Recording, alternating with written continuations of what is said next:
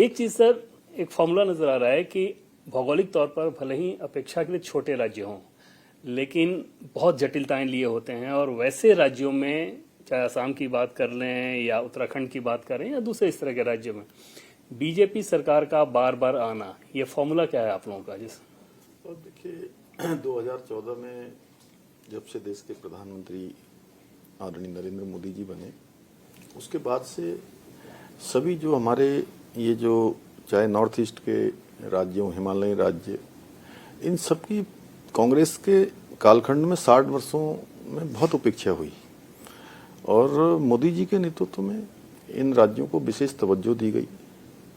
यहाँ के लिए विशेष प्रावधान किए गए, विकास योजनाएं दी गई, इंफ्रास्ट्रक्चर बहुत ज़्यादा बढ़ा, सभी सुविधाएं बढ़ी, चाहे वो आसाम हो या पूर्वोत्तर के अन्य राज्यों हैं, छोटे राज्यों हों, हिमालय के जितने भी राज्य हैं, या उत्तराखंड हो।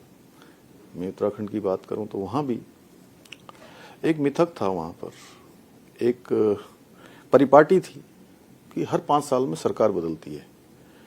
लेकिन 2022 के बाद ये मिथक टूट गया, ये परिपाटी बदल गई, क्योंकि आदरणीय प्रधानमंत्री मोदी जी के नेतृत्व में अनेक विकास के काम आगे बढ़े थे।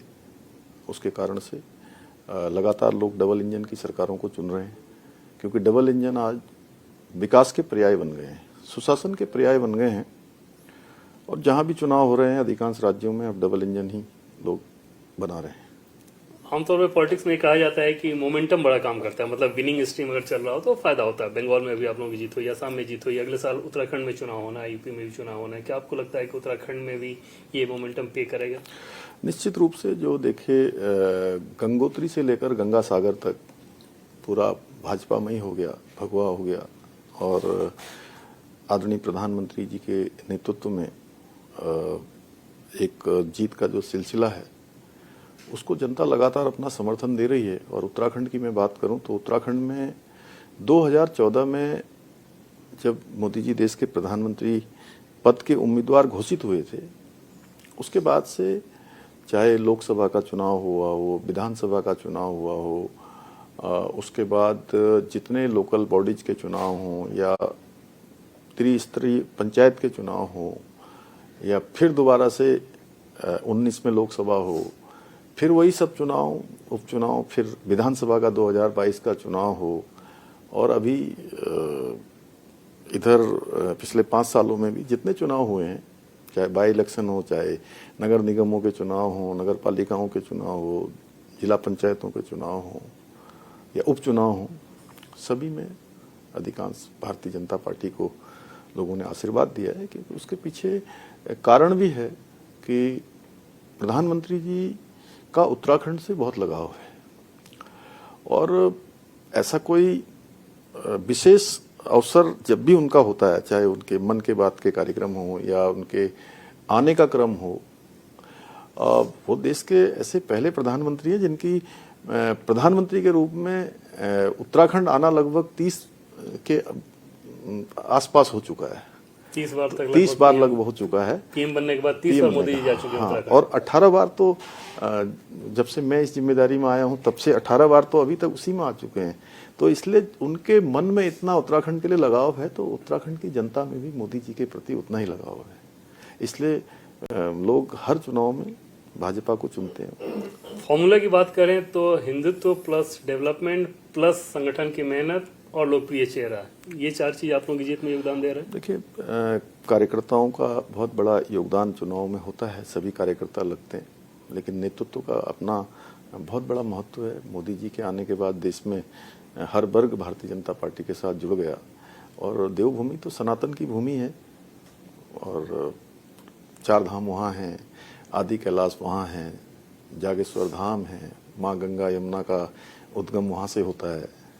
तो वहाँ लोग हमेशा राष्ट्रवाद को प्राथमिकता देते हैं। सैनिकों का पूरे देश की जो सेना है, उस सेना में 17-18% योगदान उत्तराखंड पूरा करता है, और 2 अंतर्राष्ट्रीय सीमाओं से लगा हुआ राज्य है। तो इसलिए हमेशा देश के साथ चलता है, और आज तो पूरा देश मोदी जी के साथ चल रहा है। क्या ये कहा जा सकता है कि अभी दौर ऐसा है कि हिंदुत्व का दबदबा है और जो भी दल हिंदुत्व की अनदेखी करेंगे उनके लिए जनता खड़ी नहीं होगी? देखिए, हिंदुत्व जो है जीवन जीने की पद्धति है, जिसने सभी धर्मों को सम्मान दिया है, सभी धर्मों को कहीं उनको संकुचित नहीं किया, उनको कहीं न्यूनता में नहीं लाए, कभी किसी के प्रभाव को घटाने का काम नहीं किया है और सभी के उत्थान की बात की है।